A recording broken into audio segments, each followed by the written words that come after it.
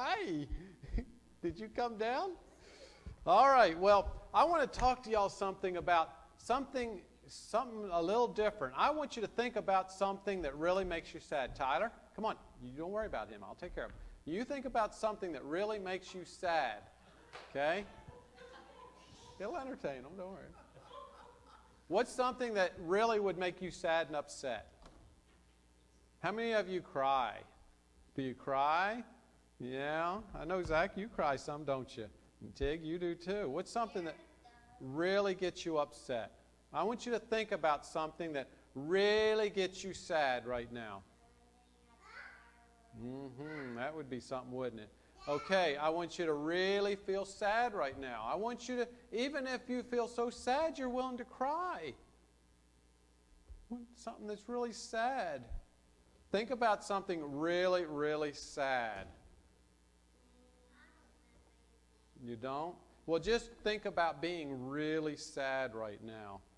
Really sad, because you don't get to do all the things you want to, do you? It's really sad, isn't it? Yeah?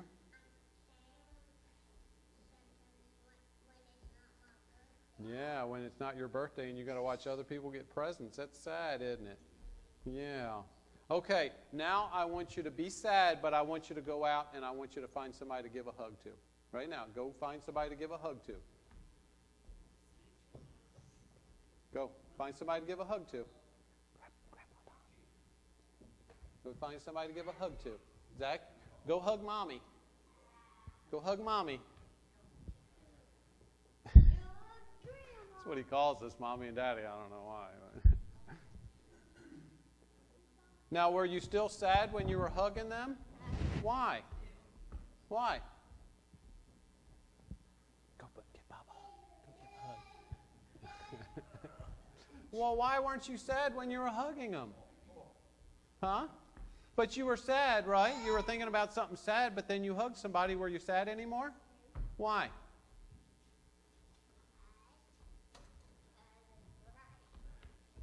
Because you know what? How many of you, when you were growing up, when you'd get mad at your brother and sister and you'd have a fight, your parents would make you hug? How many had to do that? There's a couple. It's okay.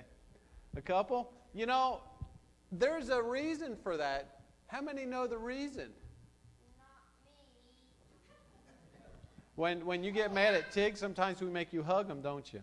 You don't really want to hug them, though, do you? But we make you hug them anyway, right?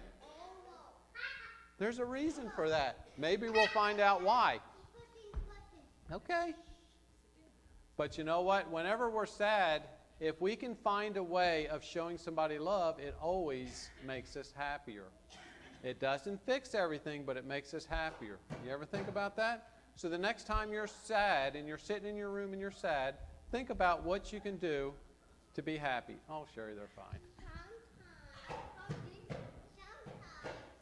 This is why we don't bring him down during children's story all the time. Okay, who wants a piece of candy? One piece. You get one piece. I think we'll skip the little ones, though. Get one piece. Yeah, let them yell in there. Say hi. Hi. Say love you. Say love you.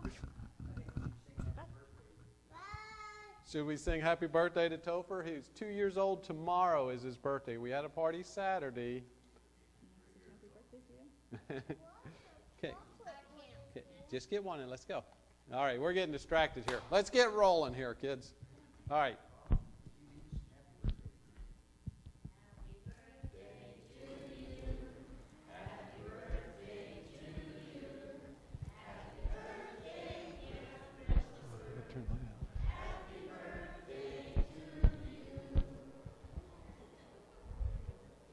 What's going on, Zach? This is kind of interesting, isn't it? Come on, Zachary, let's go back and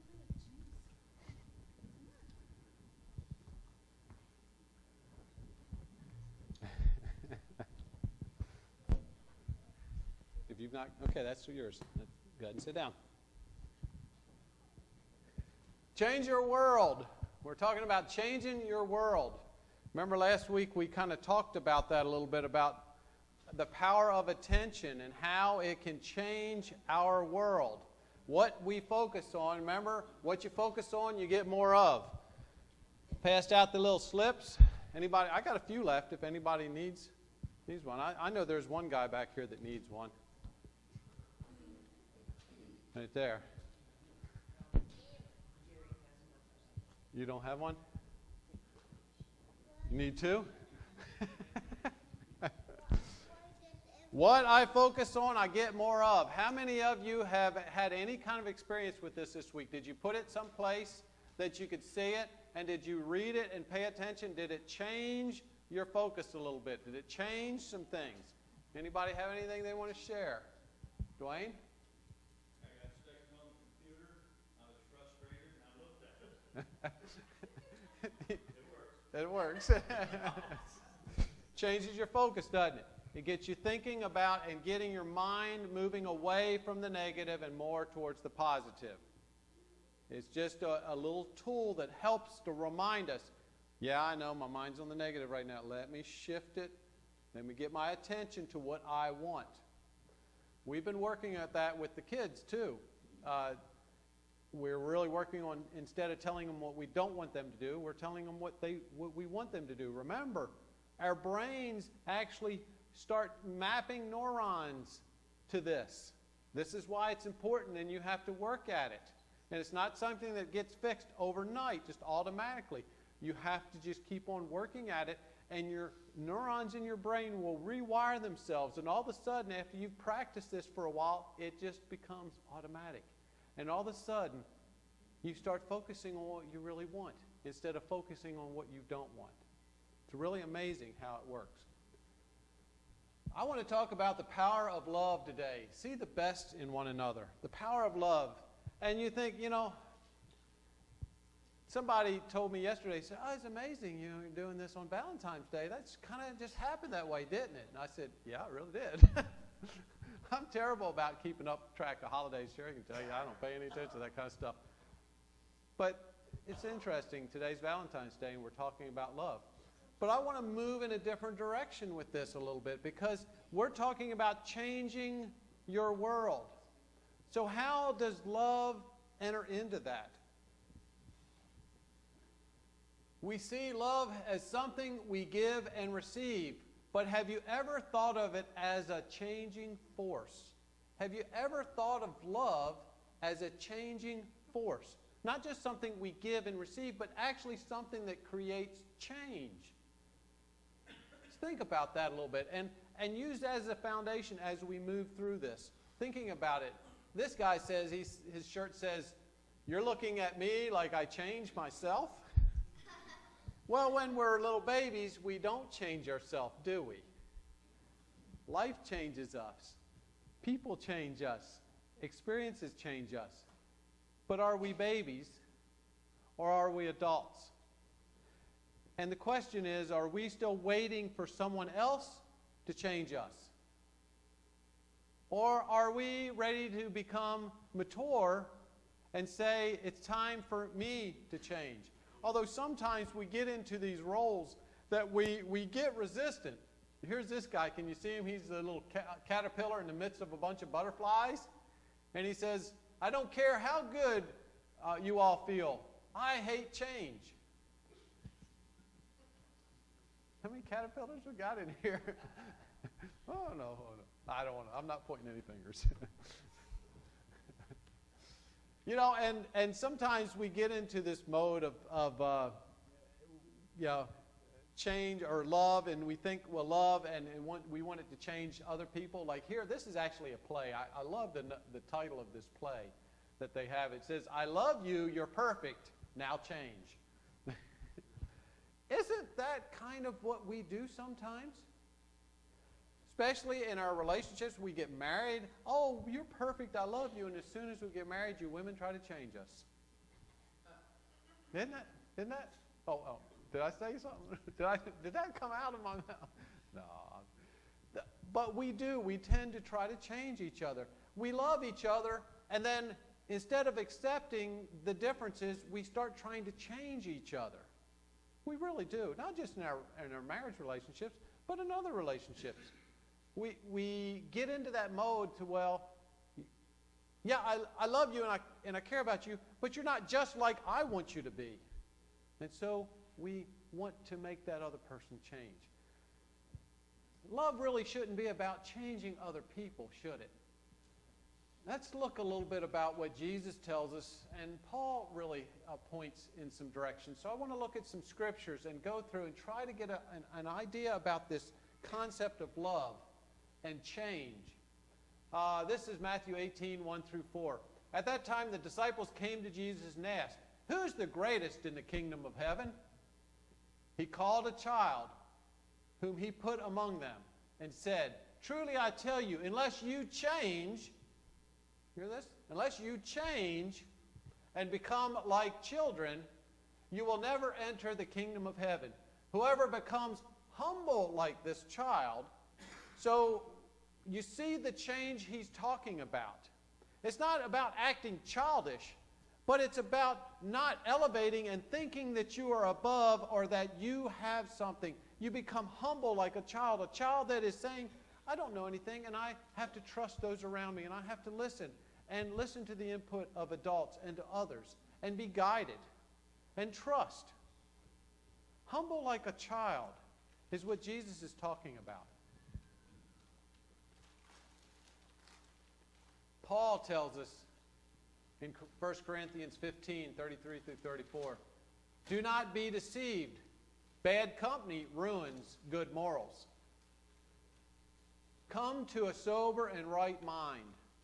Listen to those words. Come to a sober and right mind. That's talking change, isn't it? That's just different wording for change your mind. Change your thought process. Come to a sober and right mind and sin no more. For some people have no knowledge of God. I say this to their shame.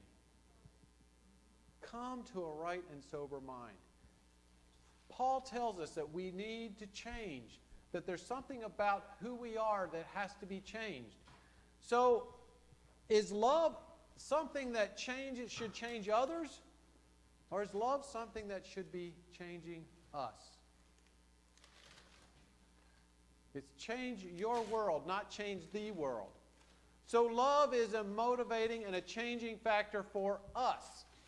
Let's look a little bit farther about how this happens in 1 Corinthians 13, 11 through 13. Now remember, this is right after the verses about love. Remember all the things that Paul writes about love that we all read so much.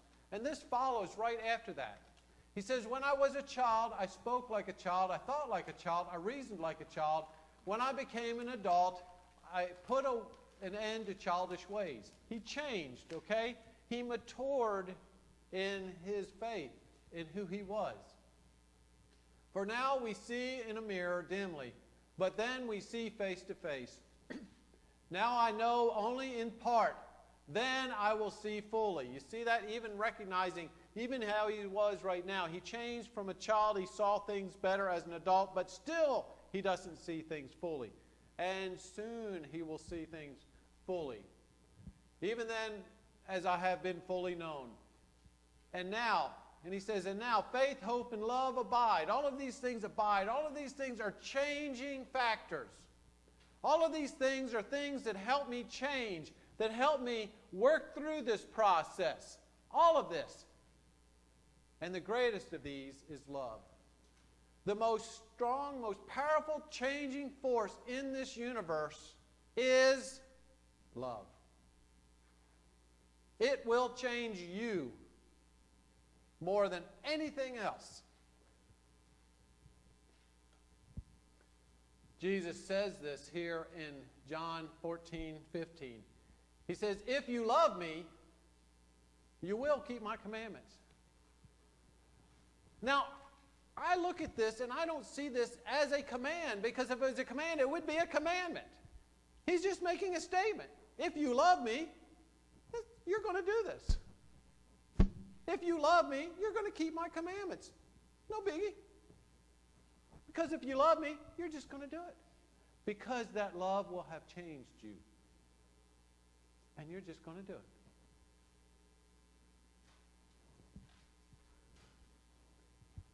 Who decides what you think other people are thinking about you? This is a tricky question. Who decides what you think other people are thinking about you? You do. You decide what you think other people are thinking. We actually do that. We actually create in our mind what we think other people are thinking. What other people are thinking about ourselves. I remember when I was a kid. I don't know how many of you have done this, but I remember as a kid, I'd go into the store and I'd limp a little bit, like this. Just because I thought everybody was paying attention to me and would be thinking about me and thinking, well, what's wrong with him? Why is he limping a little bit? Or I might walk some strange way. I did. I thought everybody paid attention to me. And I always constantly created what other people were thinking about me. Well, I wonder what they thought about that. Well, I did such and such. I wonder what they thought. Well, I bet you they thought this and this and this and this. Of course, most people thought I was just annoying.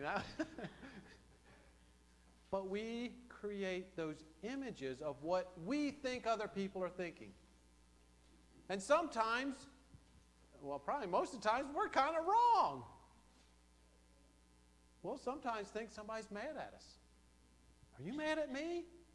Did I do something? Are you mad at me? Well, no, I'm just really having a rotten, stinking day right now, and I'm just not in a good mood. Oh, well, I thought you were mad at me because you weren't talking to me. Do we do that? We create in our own minds what we think other people are thinking. What you offer to others, you experience within yourself.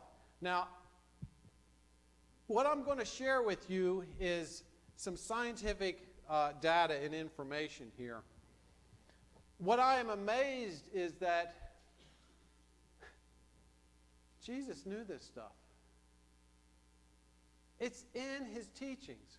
So what I share with you, I want you to understand and will reflect how Jesus taught this and said this. He didn't say it in a way that people could understand it right then. But as we look at this, I think, to me, it just becomes crystal clear. He understood this. This is why he said this stuff. What you offer to others, you experience within yourself.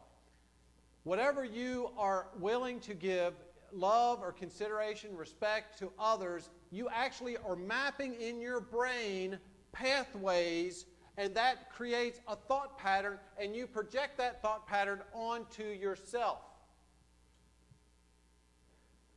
This is new understandings of the way the brain works that they have just started to understand in the past 5 years.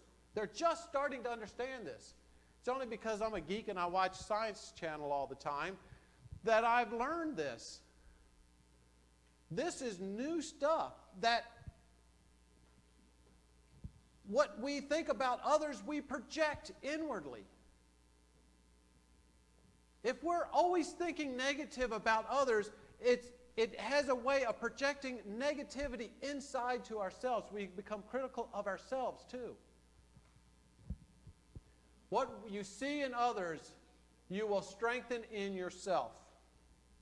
If you see imperfection, if you see negative things in others, that's what you strengthen inside yourself, because your thought patterns start going around that all the time. If you see good in others, that's what you start seeing in yourself. Your self-image is shaped around this. It really made me understand this statement, the golden rule. The golden rule, it really started shaping and changing the way that I read this and I see this. Let's read through this. Jesus said, and he said to them in Matthew 22, 37 through 39, he said to them, this is Jesus talking, you shall love the Lord, because remember they asked him, what is the greatest commandment? And here Jesus lays it out. He says, you shall love the Lord your God with all your heart, with all your soul, and with all of your mind. All of our heart, all of our soul, our compassion, and our body and our soul, but also our mind, the way our mind works, and the way our thought process work. This is the greatest and first commandment. And the second is like it. You shall love your neighbor as yourself. Now, I always took that as this is what you're supposed to do. But Jesus, I think, is also saying this as a matter-of-fact statement. You're going to love your neighbor as you love yourself. If you love your neighbor, you'll end up feeling good and loving yourself. If you don't love your neighbor, you're not going to love yourself. You're just going to love your neighbor as yourself. And this is what they're starting to find out and understand, is that it is just a matter-of-fact statement. We'll love our neighbor as ourselves.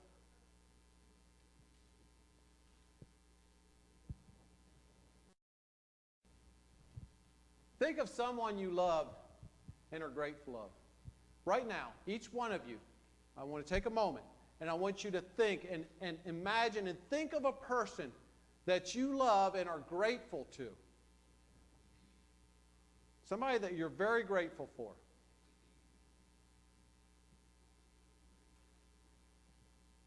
You got an image? Got an image of someone that you're really grateful for? How are you feeling right now? When you think of that person, how are you feeling? When you think of them, how do you feel?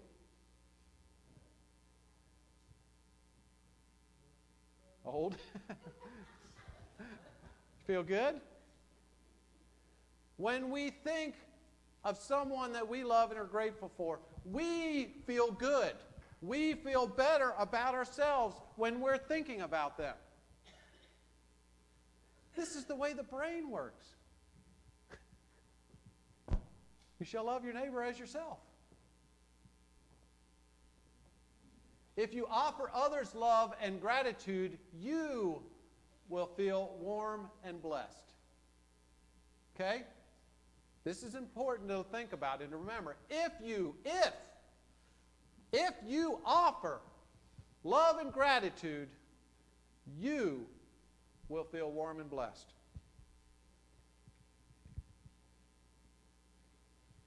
Question is, what do you want to feel? What do you want to feel? Think about it. Think of the missionaries and the people that go overseas and do missions work. What motivates them? Why do they do it? If you offer others love and gratitude, you will feel warm and blessed. It's what keeps people going. Those that help others, that reach out. Those that are compassionate and caring no matter what situation they are. Those that reach out to their enemy with love and gratitude will be blessed.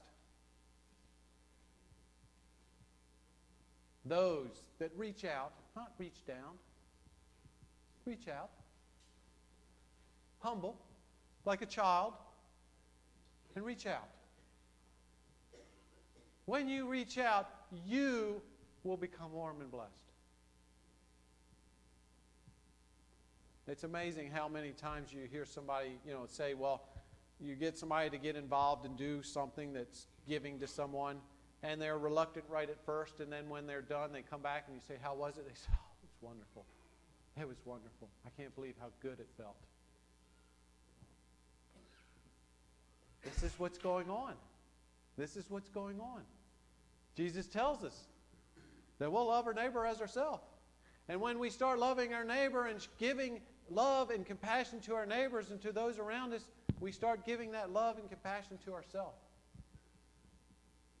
Your sense of self-esteem does not come from how other people see you, but from how you see other people. Not see yourself. This is something that is new to me. I always thought, well, self-esteem is how I see myself. No. No.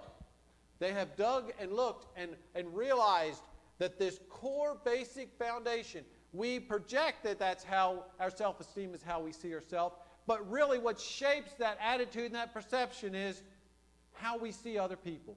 Our self-esteem and how we feel about ourselves is directly tied into how we see other people.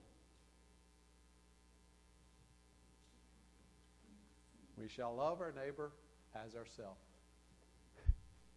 He told us this. He told us this. We may not have fully understood it, but Paul tells us there's some things we don't fully understand, but we will. Maybe this is something we have a fuller understanding of. If you choose to see what's missing, lacking, and not good enough, you will not only inhibit change in ourselves and change in others, inhibit change from occurring, you also destroy your sense of your own value. If you choose to see what's missing, lacking, and not good enough, you only inhibit change from occurring, and you also destroy your sense of own value. Your sense of value. You feel worthless, no good. What good is it? Feeling powerless, you are primed to blame others for your discomfort. Then all of a sudden we start internalizing, and it's somebody else's fault because things aren't right and we're not happy. It's somebody else's fault. Instead of taking responsibility and realizing that it's down inside of us.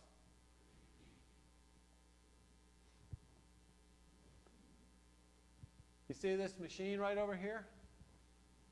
I'd love to be around this. What it is a blame machine. It's a blame machine. This little black thing right there is a detector, will detect somebody out there right in front of it and by it. And when it does, that finger points at them, and these speakers down here all of a sudden play, and it talks, and it blames them for some atrocity, something that's happened. It blames them for it. It's your fault that this and this and this happened. It's your fault that global warming. It's your fault that the genocide. It's your fault. All these things, and it blames and points out and blames. A man made this machine, and yeah, it's funny. But you know what? There's wiring inside of that does all of that. And there's wiring inside of our brains that does the exact same thing. We start externalizing and pointing the finger and blaming somebody else for our discontent, for our situation, for our life. There we go. We become the blame machine. But the truth is right here. When we choose to see negativity in others, we project that back into ourselves, and we feel it ourselves. Love sees the best in people. Love sees the best in people. So what is the power of love? How can it change us? If we choose to see the best in people, if we make that choice. When you give people credit for having good intentions, you will have far more good days than bad. And you will keep your self-esteem high. Listen to the wording of this. When you give people credit for good intentions, listen to the wording of that. Not good results, good actions, but good intentions. I experienced this when I started going back to church in Middlebury. This is when we started getting connected to Mennonite Church there. And I had really given myself over to Jesus, and I really said, God, I need you to change me. I was driving to work one morning, just like I used to do every single morning. I drove County Road 8 all the way up to 6, and I took 6 all the way over, I zipped through Bristol and went all the way over to Elkhart to work. And there was always people on the road, and there was always traffic, especially on County Road 6. And it would always irritate me. And after I really opened my heart up to Jesus, I drove to work, and there was somebody right in front of me pulling out. And my mind thought, I wonder if they're a Christian. I wonder if that's a brother or sister in Christ. And if it is, then I can let them go. I don't have to worry about it. You see, it changed my thought. And I started giving them credit for good intention. Well, they probably didn't see me. Or maybe they just were really in a hurry and really needed to go. It must be really important to them. That's okay. And then when I got to work, I wasn't irritated because of the traffic. And I had a good day. It works. if you give people credit for good intentions, you'll have more good days than bad. Doesn't mean that everything's going to be perfect. But you immediately quit projecting onto them negative things, and that negative gets reflected back onto you.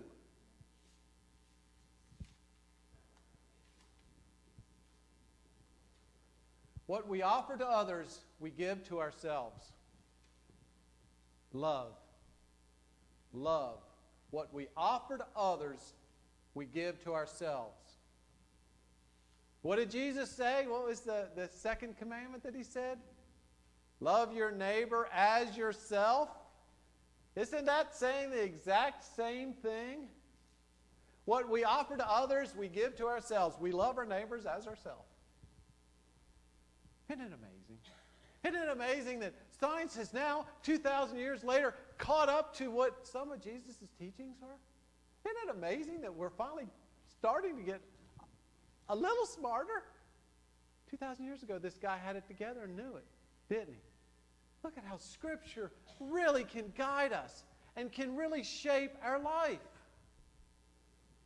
Today, I show you this picture of this boy watching the mother cook. Because something else that I have learned here recently is part of the way we learn. When we watch someone else, they have sit there and they have mapped the brain while someone is watching someone else do something and they're learning. And then they had that person actually, or another person, do that exact same thing. The brain did the exact same thing even though that person was standing there not moving a muscle. The brain triggered all of those things for them to do. All the actions, all the arm movements, all the things that had to be done to accomplish that. The brain was doing all those things. And they're standing there watching. That's how we watch by learning. We watch by learning. We learn by watching. We learn by what we see. Because our brain is doing it as we're watching.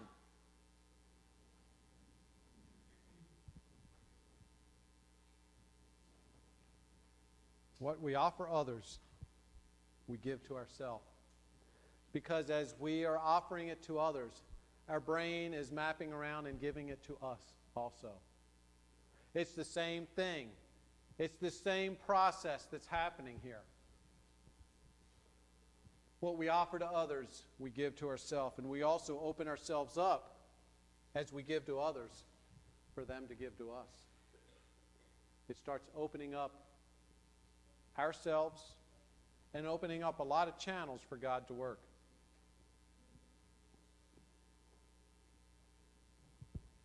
What do we see in others? What do we see in other people? It's really easy. We get distorted. Our distorted view of ourselves and God can really affect what we see in others. Our culture, I can't speak if this is worldwide or not, but I know our culture tends to be a very critical culture. We see what's missing and what's not there and what needs to be fixed to do it and create and make and invent and solve problems and fix things. That's a lot of who we are. What happens is that we become very critical of others in that process because they're not the way we want them to be. What do we see in others? And are we willing to let love change us? Yeah, you'll sit here and you'll say, well, yeah, I want love to change everybody else. Yeah, I'll love them until they change the way I want them to change. That's easy for us to say that. But are we willing to say, I'm going to let love change me?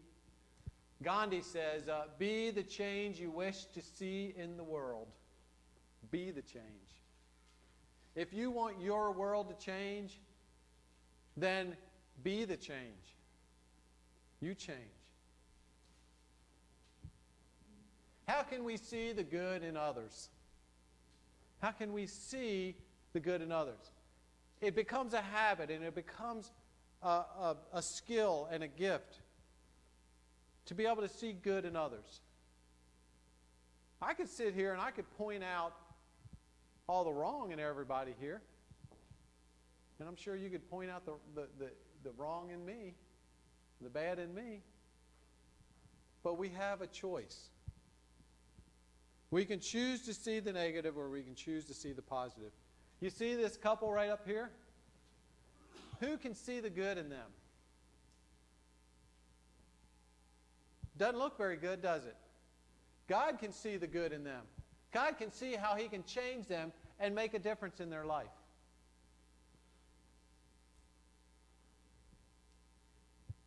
What do you think? What looks better? Can you see the good in them now? Can you see the good in them now? Can you see what they can become? We couldn't, but God could. But we need to have minds like God, don't we? Where we see the good in others and realize that Jesus can make the difference, that He can do the changing. What I offer to others, I give to myself. We're going to do this again this week. What I offer to others, I give to myself. What I offer to others, I give to myself. Should we say that? Somebody pass one up to Vi there. As we're passing these out, let's say it 5 times together. Okay? I offer to others, I give to myself. What I offer to others, I give to myself. What I offer to others, I give to myself. What I offer to others, I give to myself. Was that 5? Then one more. What I offer to others, I give to myself. Is that good rote learning? Is that good rote? Did you learn that one, Ann? Did it go in?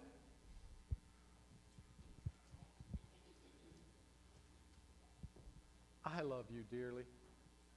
I love each one of you. I really do. I have grown in my appreciation and in my love for each one of you and each one of your different gifts, your different abilities, your different uniquenesses. And I love that you're not perfect, because then I don't have to worry about being perfect. I do love you dearly. And I hope that you can love yourself too. God loves you just the way you are. Sure, He wants us to grow. We'll never stop. But He loves you unconditionally. This is unconditional love.